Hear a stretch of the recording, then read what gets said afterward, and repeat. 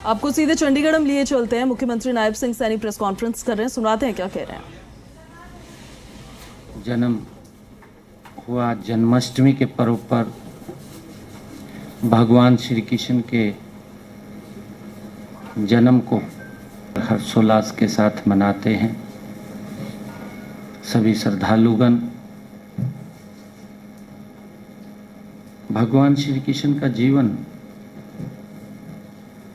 जो उनसे हमें प्रेरणा मिलती है, उनसे प्रेरणा मिलती है। व्यक्ति कितना भी ऊंचा हो,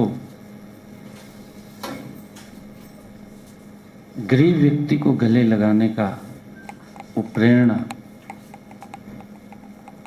जो भगवान श्री कृष्ण और सुदामा जी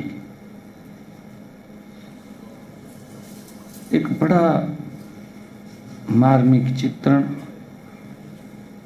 कि गरीब व्यक्ति को कैसे सशक्त मजबूत किया जाए। मैं भगवान श्री कृष्ण जन्माष्टमी की पूरे प्रदेशवासियों को, देशवासियों को बहुत बहुत हार्दिक बधाई और शुभकामनाएं देता हूं। आज भारतीय राजनीति के पुरोधा जो अपनी एक शैली में लोकसभा में भी विपक्ष को शांत कर देते थे, जिन्होंने भारतीय राजनीति के एक आयाम को बदल दिया, जिस पुरोधा ने आजादी के बाद भारत की मजबूत विकास की नींव रखी, ऐसे महान पुरोधा श्रद्धेय अटल बिहारी वाजपेयी जी की भी आज पुण्यतिथि है। हमने उनको नमन किया है, उनको याद किया है और आज का यह आयोजन अपने परिवार के सदस्य की मृत्यु से प्रभावित लोगों को राहत पहुंचाने के लिए आज ये किया गया है। मुख्यमंत्री जो दयालु योजना है, पंडित दीनदयाल उपाध्याय योजना के तहत उनको आर्थिक सहायता पहुंचाई जाती है। मेरा ये मानना है कि एक लोकतांत्रिक सरकार को सभी नागरिकों के दुख दर्द व पीड़ा को उसी प्रकार करने की प्रयास करना चाहिए जिस प्रकार परिवार का मुखिया सभी सदस्यों की देखभाल करता है। इसी भाव से हमने उन सभी लोगों को आर्थिक मदद करने के लिए योजनाएं चलाई हुई हैं, जो किसी प्राकृतिक आपदा, बीमारी इत्यादि के कारण लोग जो प्रभावित हो जाते हैं, परिवार प्रभावित हो जाता है, ऐसी ही योजना दीनदयाल उपाध्याय अंत्योदय परिवार सुरक्षा योजना हरियाणा सरकार ने चलाई हुई है। इस दयालु योजना भी कहा जाता है क्योंकि शॉर्ट नाम में इसको दयालु योजना का नाम दिया गया है। आज इसके तहत 2020 परिवारों के खाते में 76 करोड़ रुपए की आर्थिक सहायता आज भेजी है। जो परिवार का मुखिया अगर चला जाता है, परिवार का कोई सदस्य चला जाता है, परिवार के ऊपर एक दुखों का पहाड़ टूट जाता है, तो सरकार उसकी सहायता के लिए तवित्रित आगे हाथ बढ़ा करके उसको एक संबल देने का काम करती है। और उसी के तहत आज प्रदेश के अलग अलग परिवारों में जो ये दुख भरी घटनाएं हुई हैं, उन परिवारों के खाते में 76 करोड़ रुपए की राशि आज पहुंचा रहे हैं। मुझे आज से पहले इस योजना में 36,651 परिवारों को 1,380 करोड़ रुपए की आर्थिक सहायता ये पहुंचाई गई है। जब से ये योजना 1 अप्रैल 2023 से इसका शुभारंभ किया है। पिछले दिनों मैंने इस योजना के तहत लगभग 118 करोड़ रुपया वो भेजने का काम किया था। आज जैसा मैंने बताया भी है कि 76 करोड़ रुपया आज भेजा गया है। इसके तहत 1,80,000 रुपये तक वार्षिक आय वाले परिवार के सदस्य की अगर मृत्यु होने पर या दिव्यांग होने पर उसको 5 लाख रुपए तक की आर्थिक सहायता दी जाती है। आज आपके माध्यम से सभी हमारे पत्रकार एवं छायाकार यहाँ बैठे हैं। आप सब के माध्यम से मैं प्रदेशवासियों को एक महत्वपूर्ण जानकारी भी देना चाहता हूँ। वह यह कि कल 17 अगस्त को, जैसा मैंने आप सबको बताया भी है, कि देश के यशस्वी प्रधानमंत्री रहे और जिन्होंने राजनीति के मायनों को बदला है, लंबे समय तक चाहे विपक्ष में रहे हैं, विपक्ष में रहते हुए भी राजनीति की शालीनता को बना करके रखना, विपक्ष में रहते हुए अगर सरकार कोई जनता की आवाज के विरुद्ध काम करती थी तो उसको अपनी भाषा के अंदर सरकार को सचेत करना, एक ऐसा व्यक्तित्व जो इस भारत की राजनीति में एक केंद्र बिंदु रहा। परंतु दुर्भाग्यपूर्ण है आज का विपक्ष। मैं कहना चाहूंगा कांग्रेस के लोगों को भी कि अटल बिहारी वाजपेयी जी की जीवनी को पढ़ें और उसकी जीवनी को समझें। बहुत सारे बड़े नेताओं के साथ कांग्रेस के अटल बिहारी वाजपेयी जी ने उस लोकसभा में काम किया है।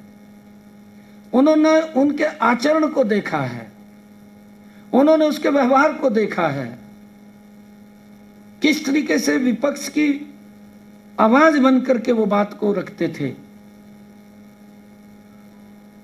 आज कांग्रेस को उनसे सीखना चाहिए, अटल बिहारी वाजपेयी जी से सीखना चाहिए।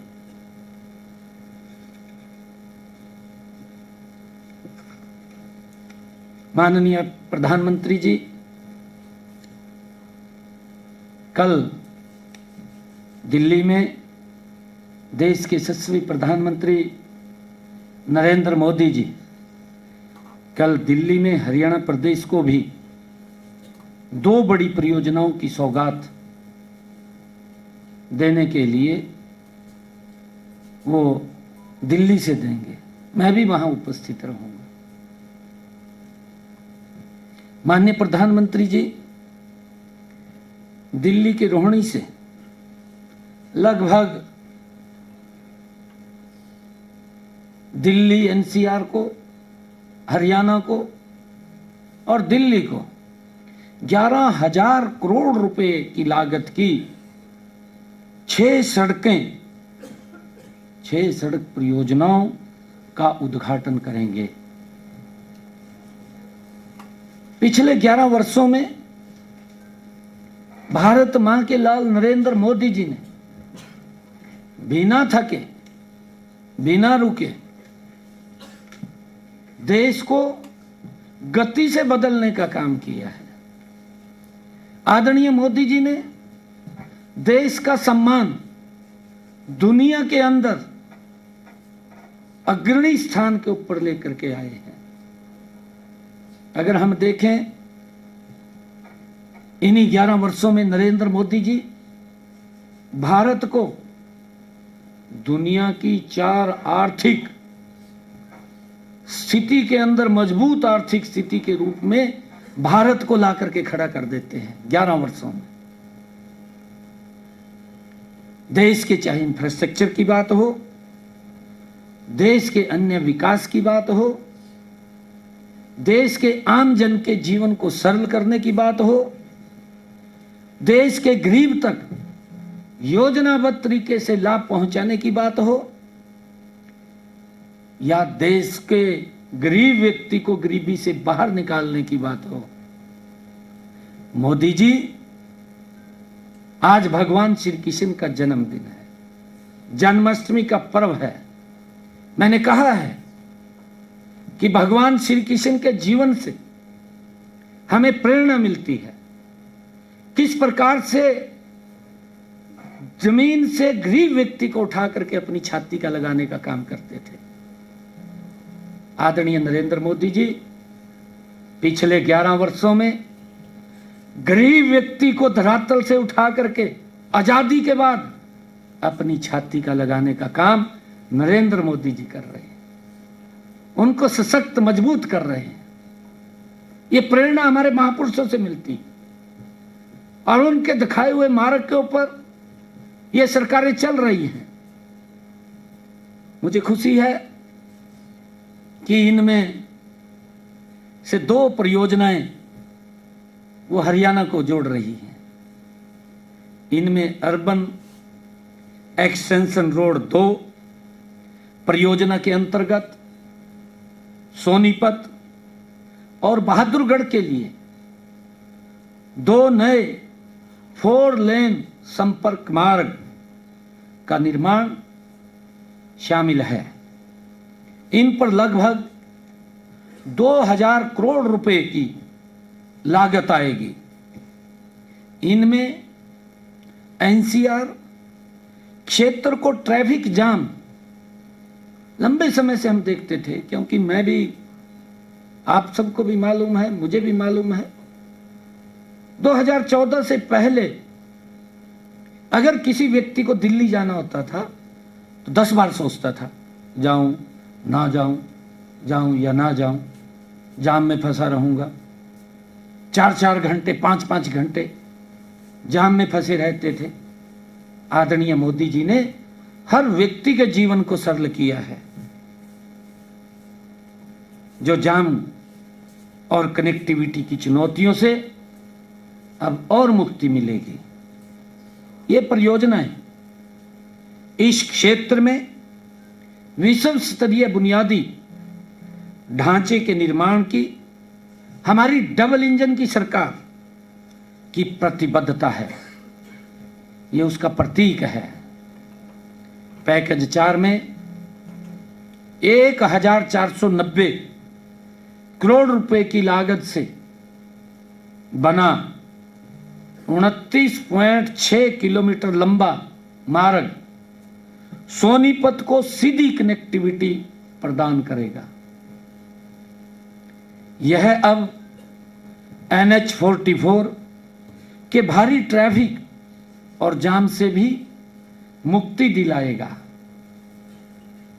यह बुवाना औद्योगिक क्षेत्र को सीधे NH35 352 ए यानी कि जींद गोहाना मार्ग से जोड़कर जो हमारे व्यापारी भाई हैं और जो उद्योग को नई गति प्रदान ये करेगा। हमारे औद्योगिक क्षेत्र में काम करने वाले लोग हैं, उनके जीवन को एक सरल सुगम बनाने का काम हमारी इस कनेक्टिविटी से होगा, जिसको हमारे हरियाणा को लाभ मिलेगा। और पैकेज 5 में 487 करोड़ रुपए की लागत से बनने वाला 7.3 किलोमीटर का मार्ग दिल्ली के दिचाऊ कलां को सीधे बहादुरगढ़ और KMP एक्सप्रेसवे से जोड़ेगा, क्योंकि ये कनेक्टिविटी दिल्ली के लोगों के जीवन को तो नरेंद्र मोदी जी सरल कर रहे हैं, परंतु देश और दुनिया के लोगों के जीवन को भी सरल और सुगम करने का काम देश के यशस्वी प्रधानमंत्री परमादरणीय नरेंद्र मोदी जी कर रहे हैं। इनमें बहादुरगढ़ KMP एक्सप्रेस वे तक आसानी से पहुंचा जा सकेगा। मैं देश के यशस्वी प्रधानमंत्री परमादरणीय नरेंद्र मोदी जी का आभारी हूं कि उन्होंने बड़ी बड़ी परियोजनाओं की स्वीकृति देते हुए हरियाणा का विशेष ध्यान रखा है, क्योंकि मोदी जी हरियाणा से बड़ा प्रेम करते हैं, यहाँ के लोगों से प्यार करते हैं। लंबे समय तक हरियाणा में आदरणीय मोदी जी रहे हैं। मैं हरियाणा के 2 करोड़ 80 लाख लोगों की तरफ से आदरणीय प्रधानमंत्री का सहृदय धन्यवाद करता हूं कि वो हर परियोजना में हरियाणा को कहीं ना कहीं स्थान देते हैं। मैं उन सभी परिवारों के प्रति हार्दिक संवेदना प्रकट करता हूं जिन्होंने अपना सदस्य खोया है। मैं जन्माष्टमी के इस पावन पर्व पर भगवान श्री कृष्ण जी से प्रार्थना करता हूं कि वे इन परिवारों को, जिन परिवारों के पास आज आर्थिक सहायता पहुंचाई है, क्योंकि उन्होंने कहीं ना कहीं अपने परिवार के एक सम्मानित सदस्य को खोया है, मैं भगवान श्री कृष्ण जी से प्रार्थना करता हूं कि इन परिवारों को यह दुख सहन करने की शक्ति प्रदान करे। धन्यवाद। जय हिंद।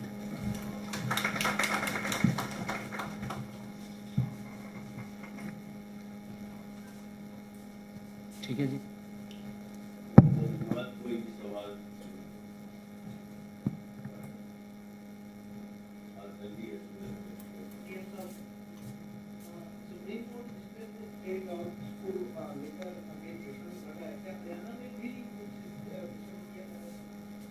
नहीं, देखिए, क्योंकि माननीय सुप्रीम कोर्ट के जो आदेश होते हैं, सरकार का दायित्व तो उसका पालन करना है। जैसे भी आदेश आएंगे तो हमें उसका पालन तो करना ही सरकार का तो दायित्व है। इस संविधान की रक्षा करना, संविधान के अनुरूप चलना